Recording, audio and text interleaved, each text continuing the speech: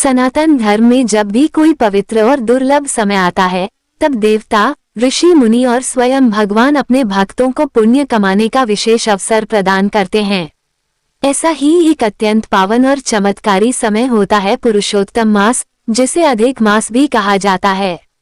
यह कोई साधारण महीना नहीं माना जाता, बल्कि यह वह दिव्य काल है जिसे स्वयं भगवान श्री हरि विष्णु ने अपना नाम देकर समस्त महीनों में श्रेष्ठ स्थान प्रदान किया। इसी कारण इसे पुरुषोत्तम मास कहा जाता है। शास्त्रों में बताया गया है कि इस पवित्र मास में भगवान के नाम का स्मरण, कथा श्रवण, दान, जप, तप और सच्ची भक्ति करने से मनुष्य के अनेक जन्मों के पाप नष्ट हो जाते हैं। विशेष रूप से पुरुषोत्तम मास की कथा सुनना अत्यंत पुण्यदायी माना गया है, क्योंकि कथा केवल शब्द नहीं होती, बल्कि भगवान की दिव्य लीलाओं का अमृत होती है। जो भी श्रद्धा और विश्वास से इस कथा को सुनता है, उसका मन पवित्र होने लगता है, बुद्धि निर्मल हो जाती है और जीवन के दुख धीरे धीरे समाप्त होने लगते हैं। कहा जाता है कि जहां पुरुषोत्तम मास की कथा सुनाई जाती है, वहां स्वयं भगवान अदृश्य रूप से उपस्थित होकर भक्तों को आशीर्वाद प्रदान करते हैं। कथा श्रवण से घर में सुख, शांति और समृद्धि आती है और भक्त के हृदय में भक्ति का दीपक प्रज्वलित हो उठता है। आज हम आपके लिए पुरुषोत्तम मास की एक अत्यंत पावन और चमत्कारी कथा लेकर आए हैं। इस कथा का श्रवण करने मात्र से भगवान श्री कृष्ण की कृपा प्राप्त होती है और जीवन में शुभता का संचार होने लगता है। इसलिए इस कथा को अंत तक अवश्य सुनिए। हो सकता है इस कथा के माध्यम से पुरुषोत्तम भगवान आपके जीवन के सभी दुख और परेशानियां दूर कर दें। बहुत समय पहले की बात है। एक गांव में एक बूढ़ी माई रहती थी। उसका एक बेटा और बहू थे। बूढ़ी माई बहुत धार्मिक स्वभाव की थी। जब भी पुरुषोत्तम मास आता, वह पूरे नियम से स्नान, दान, पूजा और व्रत किया करती थी। लेकिन एक दिन उसके बेटे और बहू ने ताना मारते हुए कहा, माँ, तुम हर बार इतने नियम और भक्ति करती हो, लेकिन इसका फल क्या मिला? हमारी शादी को कई वर्ष हो गए, ना घर में सुख आया, ना धन आया और ना ही संतान हुई। बेटे बहू की बातें सुनकर बूढ़ी माई का हृदय दुखी हो गया। उसने मन ही मन निश्चय किया कि अब वो स्वयं पुरुषोत्तम भगवान से मिलकर पूछेगी कि उसके व्रत और भक्ति का फल उसे कब मिलेगा। अगले ही दिन वह भगवान का नाम लेते हुए घर से निकल पड़ी। रास्ते भर वह कहती जाती, जय हो पुरुषोत्तम भगवान की, जय हो पुरुषोत्तम भगवान की। चलते चलते रास्ते में उसे एक कोढ़ी मिला। उसने पूछा, माई, तुम कहाँ जा रही हो? बूढ़ी माई बोली, मैं पुरुषोत्तम भगवान से मिलने जा रही हूँ। मैंने जीवन भर उनकी भक्ति की, लेकिन अब तक मुझे उसका फल नहीं मिला। मैं उनसे यही पूछने जा रही हूँ। ये सुनकर कोढ़ी बोला, माई, यदि तुम्हें भगवान मिल जाए तो उनसे मेरे दुख का कारण भी पूछना। मैं बचपन से इस भयानक रोग से पीड़ित हूँ। बूढ़ी माई बोली, ठीक है बेटा, मैं तुम्हारा दुख भी भगवान से अवश्य पूछूंगी। इतना कहकर वह आगे बढ़ गई। कुछ दूर जाने पर उसे एक कुम्हार और उसकी पत्नी मिले। दोनों बहुत दुखी दिखाई दे रहे थे। उन्होंने भी बूढ़ी माई से पूछा कि वो कहाँ जा रही है। बूढ़ी माई ने उन्हें सारी बात बता दी। तब कुम्हार बोला, माई, अगर तुम्हें भगवान मिल जाए तो उनसे हमारे दुख का कारण भी पूछना। कई वर्षों से हमारे बनाए मटके या तो चाक पर ही टूट जाते हैं या आग में पकते समय फूट जाते हैं। हमारी रोजी रोटी खत्म हो गई है। बूढ़ी माई ने उनसे भी वादा किया और आगे बढ़ गई।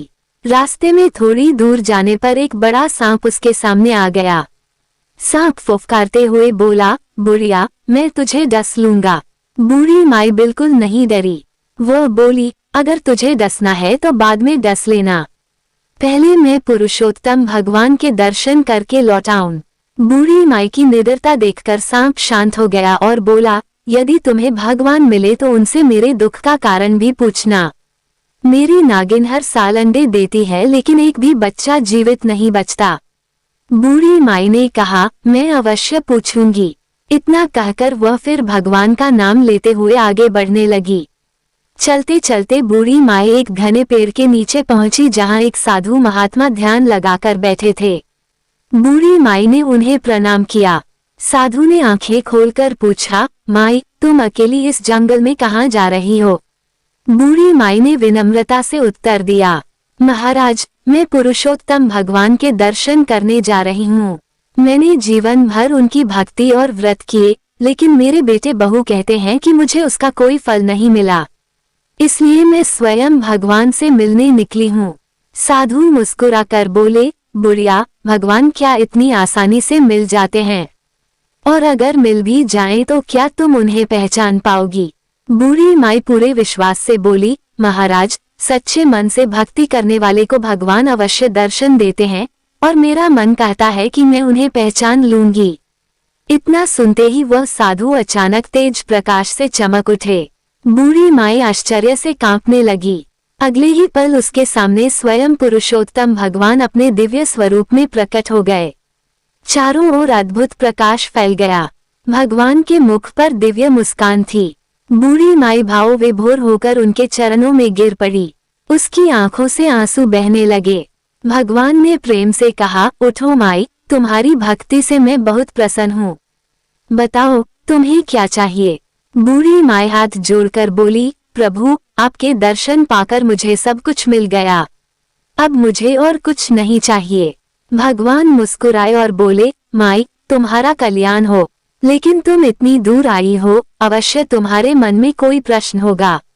तब बूढ़ी माई ने रास्ते में मिले उन सभी दुखी लोगों के बारे में भगवान से पूछना शुरू किया। सबसे पहले उसने उस कोढ़ी के दुख का कारण पूछा। भगवान बोले, वो अपने पिछले जन्म के कर्मों का फल भोग रहा है। पिछले जन्म में वह एक राजा था और निर्दोष लोगों को कठोर दंड दिया करता था। उसी पाप के कारण उसे यह रोग मिला है। तुम मेरे चरणों की धूल ले जाकर उसके शरीर पर लगा देना, उसका रोग समाप्त हो जाएगा। इसके बाद बूढ़ी माई ने कुम्हार पति पत्नी के दुख का कारण पूछा। भगवान बोले, एक बार एक गरीब माता पिता अपनी बेटी के विवाह के लिए उनसे कलश लेने आए थे, लेकिन पैसों के अभाव में इन लोगों ने उन्हें खाली हाथ लौटा दिया। उसी गरीब की आह के कारण इनके मटके टूटते हैं। यदि ये अपने 100 अच्छे मटके किसी प्याऊ या जरूरतमंद लोगों को दान कर देंगे तो इनका दुख दूर हो जाएगा। फिर बूढ़ी माई ने सांप और नागिन के दुख के बारे में पूछा। भगवान बोले, एक बार नागिन ने क्रोध में आकर एक गर्भवती स्त्री को डस लिया था, जिससे स्त्री और उसके गर्भ में पल रहा बच्चा दोनों मर गए। उसी पाप के कारण इनके बच्चे जीवित नहीं रहते। यदि नागिन अपनी अमृत मणि किसी गरीब और जरूरतमंद को दान कर देगी तो इसका दोष समाप्त हो जाएगा। भगवान की बातें सुनकर बूढ़ी माई ने हाथ जोड़कर उन्हें प्रणाम किया। भगवान ने आशीर्वाद दिया और धीरे धीरे अंतर्ध्यान हो गए। बूढ़ी माई ने भगवान के चरणों की पवित्र धूल अपनी साड़ी के पल्लू में बांध ली और खुशी खुशी वापस अपने गांव की ओर चल पड़ी। सबसे पहले रास्ते में उसे वही सांप मिला। सांप उत्सुकता से बोला, माई, क्या तुम्हें भगवान के दर्शन हुए? क्या उन्होंने मेरे दुख का कारण बताया? बूढ़ी माई ने भगवान की सारी बातें उसे बता दी। ये सुनकर सांप उदास होकर बोला, माई, मेरे पास तो कोई गरीब व्यक्ति आता ही नहीं। लोग मुझसे डरते हैं, इसलिए यह अमृत मणि तुम ही ले जाओ और किसी जरूरतमंद के काम में लगा देना। इतना कहकर उसने अपनी अमृत मणि बूढ़ी माई को दे दी। बूढ़ी माई ने वो मणि संभाल कर रख ली और आगे बढ़ गई। थोड़ी दूर चलने पर उसे कुम्हार और उसकी पत्नी मिले। उन्होंने बड़ी आशा से पूछा, माई, क्या भगवान मिले? क्या उन्होंने हमारे दुख का कारण बताया? बूढ़ी माई ने उन्हें भगवान की कई सारी बातें बता दी। ये सुनते ही दोनों की आंखों में आंसू आ गए। उन्होंने तुरंत प्रण किया कि वे अगले ही दिन 100 मटके दान करेंगे और गरीबों की सेवा करेंगे। बूढ़ी माई उन्हें आशीर्वाद देकर आगे बढ़ गई। अब बूढ़ी माई आगे बढ़ी तो रास्ते में उसे वही कोढ़ी दिखाई दिया। वो बड़ी बेचैनी से उसका इंतजार कर रहा था। बूढ़ी माई को देखते ही वह दौड़ता हुआ उसके पास आया और बोला, माई, क्या तुम्हें भगवान के दर्शन हुए? क्या उन्होंने मेरे दुख के बारे में कुछ कहा? बूढ़ी माई ने प्रेम से कहा, हाँ बेटा, पुरुषोत्तम भगवान ने तुम्हारे दुख का कारण बताया है। ये तुम्हारे पिछले जन्म के कर्मों का फल है, लेकिन भगवान बहुत दयालु हैं। उन्होंने तुम्हारे लिए उपाय भी बताया है। इतना कहकर बूढ़ी माई ने अपनी साड़ी के पल्लू में बंधी भगवान के चरणों की धूल निकाली और बड़े श्रद्धा भाव से उस कोढ़ी के शरीर पर लगा दी। जैसे ही भगवान की चरण धूल उसके शरीर को स्पर्श हुई, वैसे ही चमत्कार होने लगा। धीरे धीरे उसका कोढ़ समाप्त होने लगा। कुछ ही क्षणों में उसका पूरा शरीर स्वस्थ और सुंदर हो गया। वो खुशी से रोने लगा। उसकी आंखों से आंसुओं की धारा बहने लगी। वह बार बार भगवान और बूढ़ी माई के चरणों में सिर झुकाकर धन्यवाद देने लगा। उसने अपनी सारी धन दौलत और कीमती वस्तुएं बूढ़ी माई को भेंट कर दी, लेकिन बूढ़ी माई ने केवल उतना ही स्वीकार किया जितनी उसे आवश्यकता थी। इसके बाद वह अपने घर की ओर चल पड़ी। जैसे जैसे वह अपने गांव के पास पहुंच रही थी, उसका मन भगवान की कृपा को याद करके भावुक होता जा रहा था। लेकिन गांव के बाहर पहुंचते ही वह आश्चर्य में पड़ गई। जहां पहले उसका छोटा सा टूटा फूटा घर था, वहां अब एक सुंदर और भव्य मकान खड़ा था। घर के आंगन में खुशहाली दिखाई दे रही थी। चारों तरफ सुख समृद्धि का वातावरण था। बूढ़ी माई ने जैसे ही घर में प्रवेश किया, उसका बेटा और बहू दौड़ते हुए उसके पास आए। दोनों की आंखों में खुशी के आंसू थे। बेटे ने कहा, माँ, आपके जाते ही हमारे जीवन में चमत्कार होने लगे। मुझे बहुत अच्छी नौकरी मिल गई है और घर में धन धान्य की कोई कमी नहीं रही। बहू शर्माते हुए बोली, माँ, पुरुषोत्तम भगवान की कृपा से मैं गर्भवती भी हूँ। ये सुनते ही बूढ़ी माई की आंखों से खुशी के आंसू बहने लगे। उसने तुरंत भगवान का स्मरण किया और बोली, ये सब पुरुषोत्तम भगवान की कृपा है। सच्चे मन से की गई भक्ति कभी व्यर्थ नहीं जाती। इसके बाद पूरे परिवार ने भगवान के चरणों की धूल अपने माथे से लगाए और पूरे घर में जय पुरुषोत्तम भगवान के जयकारे गूंजने लगे। कहा जाता है कि उसी दिन से उस परिवार के सारे दुख समाप्त हो गए और उनके घर में सुख, शांति और समृद्धि हमेशा के लिए बस गई। शास्त्रों में भी पुरुषोत्तम मास की महिमा का वर्णन बड़े विस्तार से किया गया है। पद्म पुराण में बताया गया है कि जब 12 महीनों के लिए अलग अलग देवताओं को अधिपति बनाया गया, तब यह अतिरिक्त मास अकेला और उपेक्षित रह गया। कोई भी देवता इसका स्वामी बनने को तैयार नहीं हुआ। दुखी होकर यह मास भगवान श्री विष्णु की शरण में पहुंचा और विनती करने लगा, प्रभु, सब महीनों का कोई ना कोई स्वामी है, लेकिन मेरा कोई नहीं। सभी मेरा तिरस्कार करते हैं। तब भगवान विष्णु ने करुणा से भरकर कहा, आज से मैं स्वयं तुम्हारा स्वामी बनता हूँ। क्योंकि मेरा एक नाम पुरुषोत्तम है, इसलिए अब तुम पुरुषोत्तम मास कहलाओगे। तभी से यह मास सबसे पवित्र और श्रेष्ठ माना जाने लगा। स्कंद पुराण और पद्म पुराण में कहा गया है कि जो व्यक्ति श्रद्धा से पुरुषोत्तम मास का पालन करता है, भगवान स्वयं उसकी रक्षा करते हैं और उसे मनोवांछित फल प्रदान करते हैं।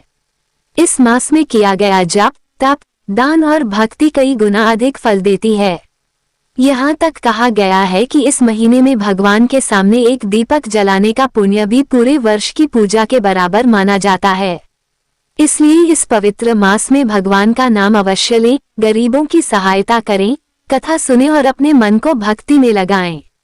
क्या पता पुरुषोत्तम भगवान की कृपा से आपके जीवन के सारे दुख भी दूर हो जाएं। जय श्री कृष्ण। राधे राधे। तो अब बात करते हैं कि इस पवित्र पुरुषोत्तम मास में कौन कौन से ऐसे कार्य हैं जिन्हें करने से भगवान श्री हरि विष्णु अत्यंत प्रसन्न होते हैं और भक्तों पर अपनी विशेष कृपा बरसाते हैं। शास्त्रों के अनुसार इस पूरे मास में जितना हो सके मन, वचन और कर्म से स्वयं को पवित्र रखने का प्रयास करना चाहिए। सबसे पहला नियम बताया गया है ब्रह्म मुहूर्त में उठना। कहा जाता है कि सूर्योदय से लगभग 1.5 घंटा पहले का समय देवताओं का समय होता है। इस समय उठकर स्नान करने और भगवान का स्मरण करने से मनुष्य को अद्भुत मानसिक शांति और पुण्य प्राप्त होता है। पद्म पुराण में कहा गया है कि पुरुषोत्तम मास में ब्रह्म मुहूर्त में उठकर स्नान और भगवान विष्णु की पूजा करने वाला व्यक्ति सहस्त्राश्वमेध यज्ञ के समान फल प्राप्त करता है। दूसरा सबसे महत्वपूर्ण कार्य है भगवान के नाम का जप। इस मास में जितना अधिक हो सके हरे कृष्ण कृष्ण कृष्ण हरे हरे, हरे राम राम राम हरे हरे महामंत्र का जप करना चाहिए।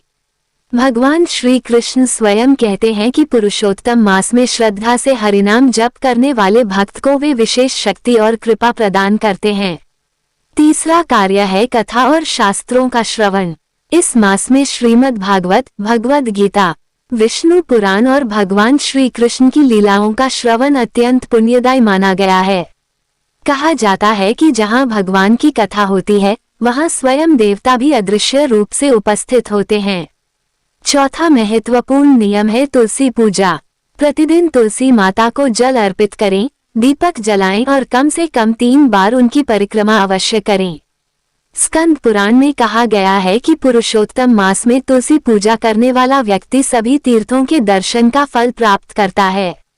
5वां कार्य है दान। इस मास में अन्नदान, वस्त्रदान, जलदान और गौसेवा का विशेष महत्व बताया गया है। यदि कोई व्यक्ति अपनी क्षमता के अनुसार गरीबों और जरूरतमंदों की सहायता करता है तो भगवान उसकी सभी बाधाएं दूर करते हैं। 6ठा नियम है संध्या के समय दीपदान। प्रतिदिन भगवान के सामने घी का दीपक जलाना चाहिए। मान्यता है कि पुरुषोत्तम मास में जलाया गया एक दीपक भी जीवन के अंधकार को दूर कर देता है। 7वां नियम है क्रोध और निंदा से दूर रहना। इस पूरे मास में किसी की बुराई नहीं करनी चाहिए, न ही किसी संत, शास्त्र, ब्राह्मण, गौ माता या भक्त का अपमान करना चाहिए, क्योंकि शास्त्रों में कहा गया है कि इस मास में की गई निंदा से मनुष्य का सारा पुण्य नष्ट हो सकता है। 8वां नियम है सात्विक भोजन। जितना संभव हो तामसिक भोजन, लहसुन, प्याज और नशे जैसी चीजों से दूर रहना चाहिए। यदि संभव हो तो एक समय भोजन करें या एकादशी का व्रत अवश्य रखें। 9वां और सबसे महत्वपूर्ण नियम है भगवान पर पूर्ण विश्वास, क्योंकि केवल नियम करने से नहीं बल्कि सच्चे मन और श्रद्धा से की गई भक्ति से ही पुरुषोत्तम भगवान प्रसन्न होते हैं। कहा जाता है कि जो भक्त इस पूरे मास में भगवान का स्मरण करता है उसके घर में सुख, शांति और समृद्धि का वास होने लगता है। परिवार के कष्ट धीरे धीरे समाप्त होने लगते हैं और जीवन में नई शुभ शुरुआत होती है। इसलिए इस बार आने वाले पुरुषोत्तम मास को व्यर्थ ना जाने दें। जितना संभव हो भगवान का नाम लें, भक्ति करें और अपने जीवन को पवित्र बनाने का प्रयास करें। हो सकता है इस पवित्र मास में पुरुषोत्तम भगवान आपकी कोई अधूरी मनोकामना पूरी कर दें। जय श्री राधे कृष्ण। पुरुषोत्तम मास केवल एक महीना नहीं है, बल्कि यह भगवान के सबसे करीब जाने का दुर्लभ अवसर माना गया है। शास्त्र कहते हैं कि जो व्यक्ति इस मास में सच्चे मन से भगवान का स्मरण करता है उसके जीवन के बड़े से बड़े दुख भी धीरे धीरे समाप्त होने लगते हैं। इसलिए इस पूरे मास में कोशिश करें कि आपके घर में रोज भगवान का नाम लिया जाए, सुबह और शाम दीपक अवश्य जलाया जाए और परिवार के सभी लोग मिलकर कम से कम कुछ समय भक्ति में जरूर बिताएं। याद रखिए, भगवान को धन दौलत नहीं बल्कि सच्चा प्रेम और श्रद्धा प्रिय होती है। यदि आप पूरे नियम नहीं निभा सकते तो चिंता मत कीजिए, लेकिन जितना संभव हो उतनी श्रद्धा से भक्ति अवश्य करें, क्योंकि पुरुषोत्तम भगवान भाव के भूखे हैं। इस मास में एक छोटा सा दीपक, एक तुलसी पत्र, एक सच्ची प्रार्थना भी भगवान तक पहुंच जाती है।